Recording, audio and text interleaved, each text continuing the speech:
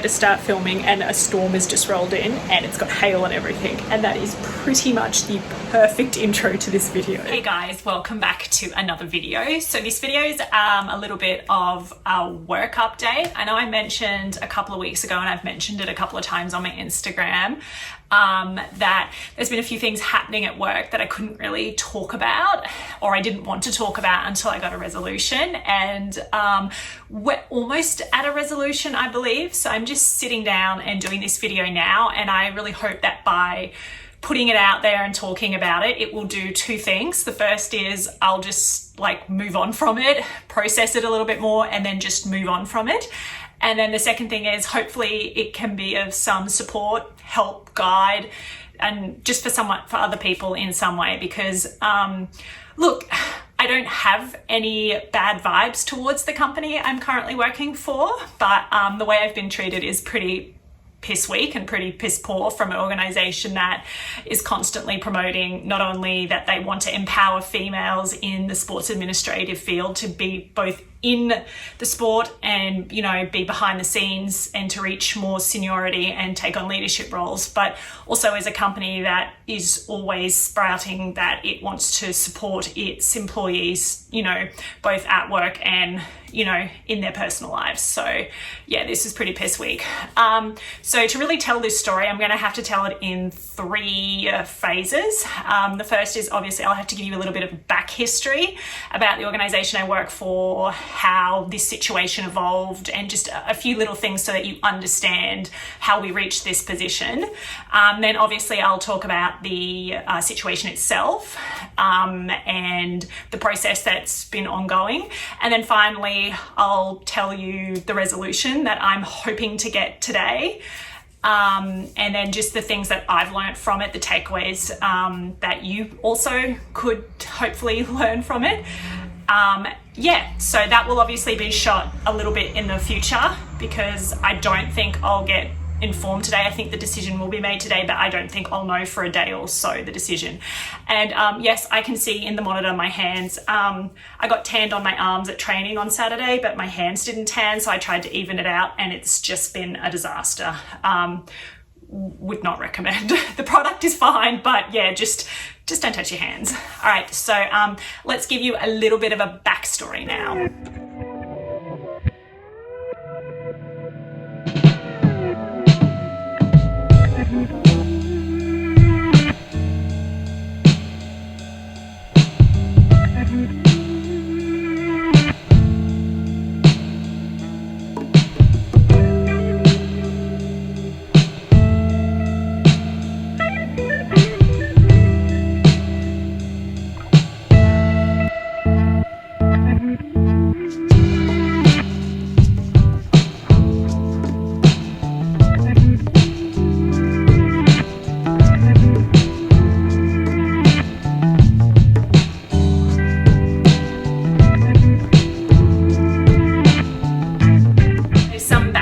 So as you know, I work in sports administration, and I work for a national sporting organisation whose name is not really important, and really not even the sport I work in is important to this discussion in any way, shape or form. But it is a national sporting organisation. I've been with the company for 3 years. I started in early 2018 and it was actually a different company when I started then. I started and I took my role knowing full well that the company would more than likely be merging in with a number of other ones to become a bigger organisation towards the end of the year. The reason why I say more than likely would be happening is because our sport is governed by a number of bodies, and our board in my home state of Queensland had decided it wanted to move in this direction. But at the AGM, so the annual general meeting that year, it had to ask the bodies that it represents if they also agreed. So there had to be a vote to, you know, actually sign the contract to merge in with the new company. And we didn't honestly know if that would happen. What was proposed on the table, like on paper, seemed like the best way forward for the sport.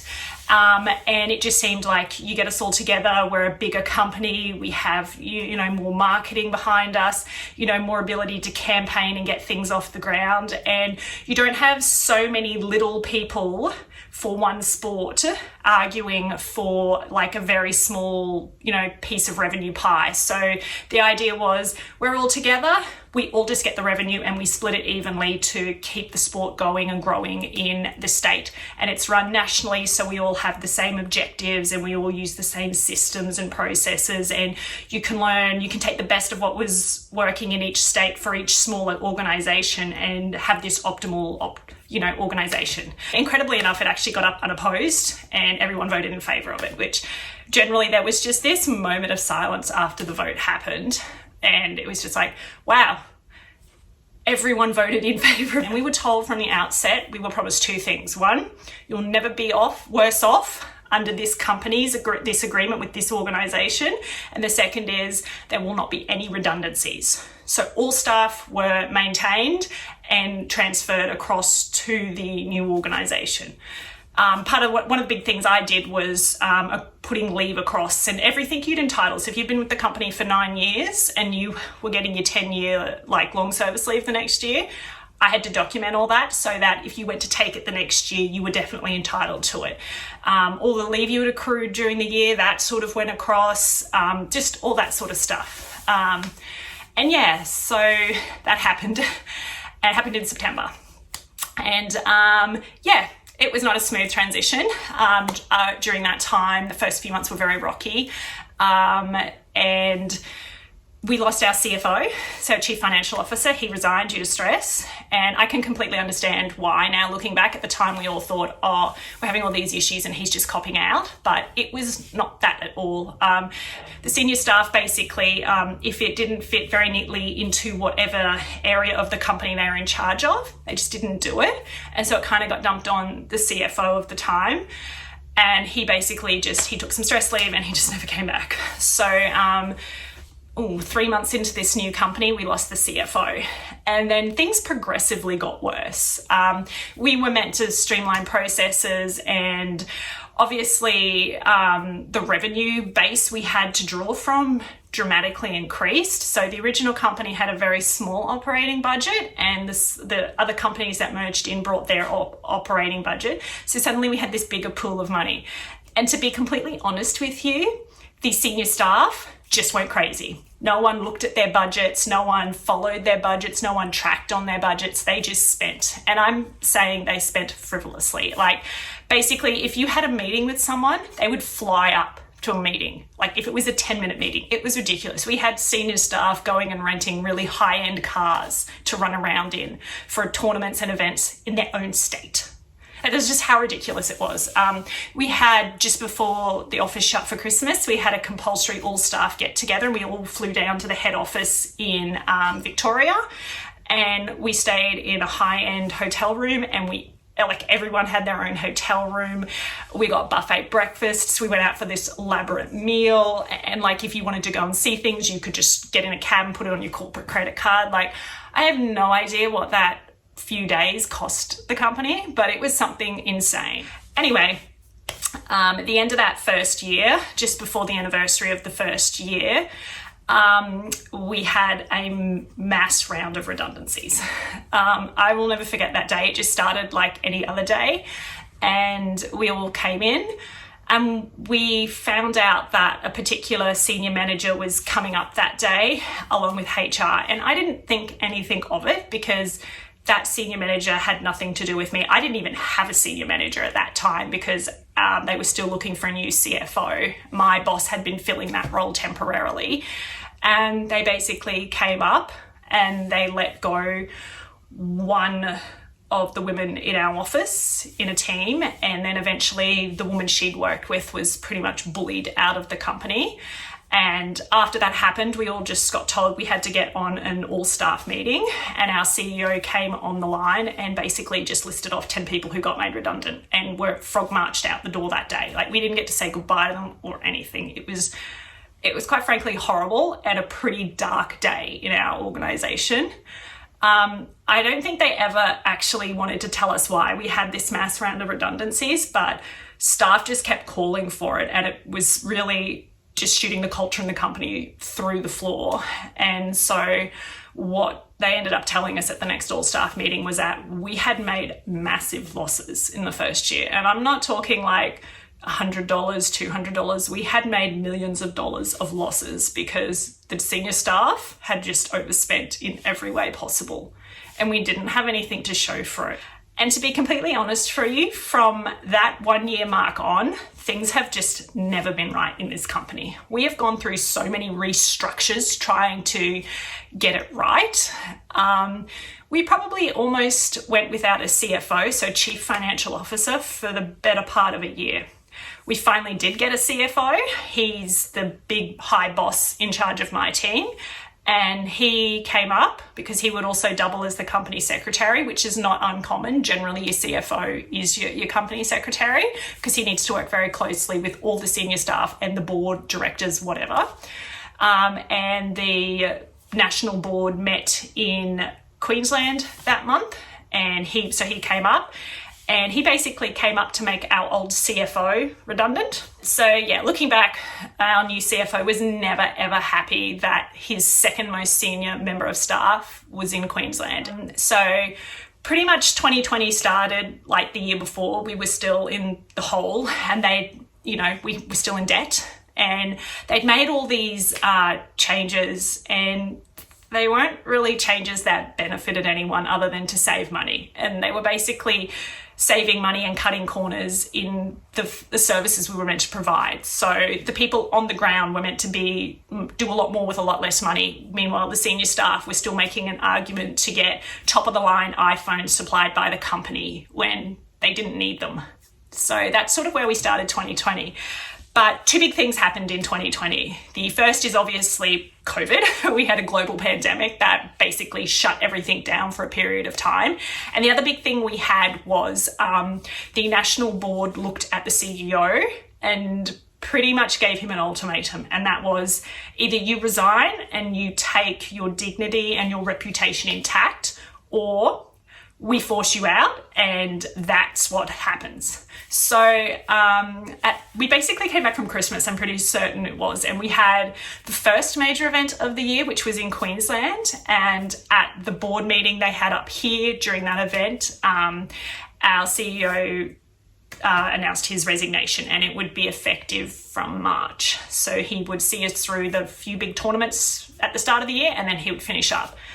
And so they said that they had started the recruitment process to replace him, and then obviously COVID hit, and our brand spanking new CFO became the acting CEO. Now, looking back on COVID, I have to say that the company did handle COVID fairly well. We all thought we'd be working from home for 2 weeks, and then we thought a month, and then it was pretty much a year. And looking back, it's easy to criticize on what they did and didn't do and what they should and shouldn't have done. But they handled COVID, and our sport actually grew in participation numbers through COVID. We're a sport that can easily be done social distance, and pretty much every form of our sport is done outside. But towards the end of 2020, we did get a new CEO, and my big boss went back to being the CFO, but then he got really sick. And I'm serious, he got really sick. He had brain surgery, basically. He had part of his brain cut out. And so since, I think, late October, he has been on sick leave, and we have had an interim CFO. And the interim CFO used to work with and is really good friends with our new CEO. So I'm sure you can see where this is going. So our new CFO started, and he was really good, and he and I have agreed on a lot of things, and he has been like a real force for nature, and he's pushed through a lot of things. But something that my everyday manager had mentioned to me was that he really felt he was being kept out of the loop on a lot of things. Like, he'd be trying to finish stuff, and staff down in head office just wouldn't be getting back to him. He'd have to do 10 times the follow-up that he felt like our head accountant who sits under him would have to do. So often he would ask her to do stuff just to get answers and keep projects moving. And look, it is a real sentiment that anyone in my Queensland office would follow up. It's like, you just do not get a response from head office unless you just hound them. And that's horrible. It's not how you should be your colleagues. You're supposed to be working towards a common goal. Anyway, so that brings us to part 2, which is my big boss came up to visit us.